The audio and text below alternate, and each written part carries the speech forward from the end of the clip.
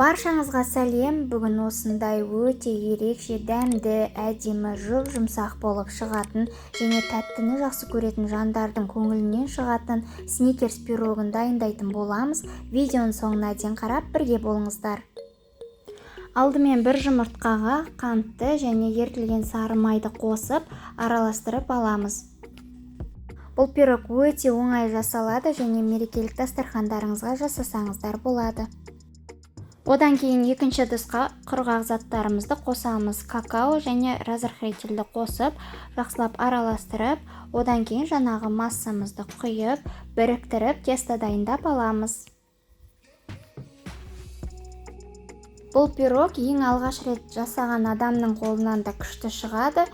Тек дәл осы рецептпен жасасаңыздар, міндетті түрде менікіндей күшті болып шығады. Осылай қамырды илеп аламыз, жұмсақ қамыр шығады бізде. Және де ешқандай холодильникке салудың керегі жоқ, бірден қолдана береміз.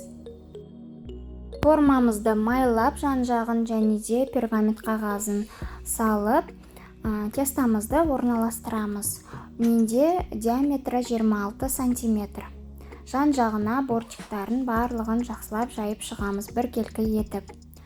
Одан кейін қою жақсы вареный сгущенкаға осындай орешкіні салып араластырамыз. Менде лакомка варенкасы.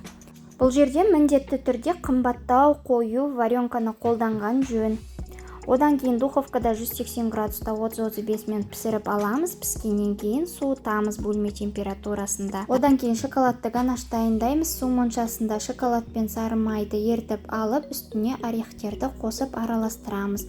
Одан кейін суыған пирогымыздың үстіне біркелкі етіп жайып шығамыз да холодильникке 15-20 минутқа қойып, суытып, қатырып аламыз үстіндегі шоколадтарын. Ал достар, рецебім ұнап жатса лайк басып, каналыма тіркеліп қолдап қойыңыздар. Сіздер де жасап көріңіздер, ас болсын, ойдағыдай шығатынына сенімдімін.